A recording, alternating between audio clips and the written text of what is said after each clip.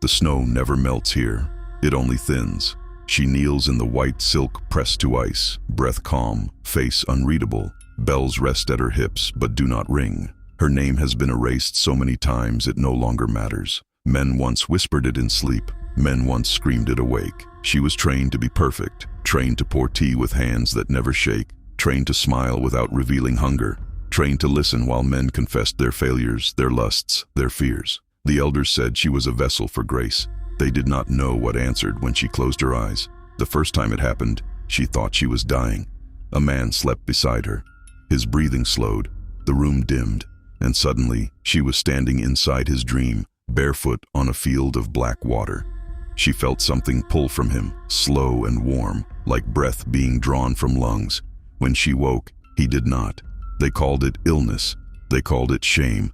They buried him quietly. It happened again and again. She learned to stop touching, to stop lying beside them, to stop allowing herself to be wanted. But want is not required. Only closeness, only memory, only sleep. Men withered, men emptied, men became husks with peaceful expressions, as if forgiven by something they never understood. The elders discovered the truth too late. They sealed her behind ritual and prayer, called her cursed, called her unclean, called her a demon wearing silk.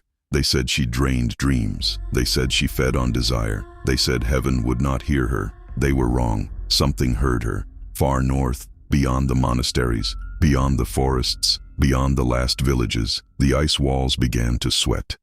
Ancient barriers, older than names, older than language, began to thin. Behind them, things pressed closer. She was sent away, not killed, never killed, only exiled. She walked for days through falling snow, kimono torn, feet bleeding, bells finally ringing because there was no one left to hear them. She reached the edge of the world where the ice rose like a frozen sky. That is where she met him. A samurai, seated in meditation, sword resting across his knees. His armor was old, his body scarred, his eyes open, watching the horizon. She felt the pull immediately, the dream thread stretching from him to her, bright and impossible to ignore. She stepped closer, waited for the familiar hunger to awaken. It did not. She slept near him that night, and nothing happened. No dream opened, no breath was taken, no warmth flowed. She tried again. Days passed, weeks. She lingered, watched him sharpen his blade, watched him pray, watched him stare at the melting ice walls as if listening to something calling his name. He did not desire her. He did not fear her. He did not dream of her. He knew what she was. He said nothing. When she finally spoke, her voice cracked from disuse. "Why are you not afraid?" he answered without turning. "Because my dreams were taken long before you were born." She stayed. For the first time, she felt hunger without satisfaction, longing without release. She began to dream her own dreams, small and fragile, about warmth, about rest, about being seen without being consumed. The ice walls groaned, cracks spidered across their surface, dark vapor breathed through the seams. Creatures began to slip through, not armies, scouts, whispers given shape. The samurai rose, drew his blade.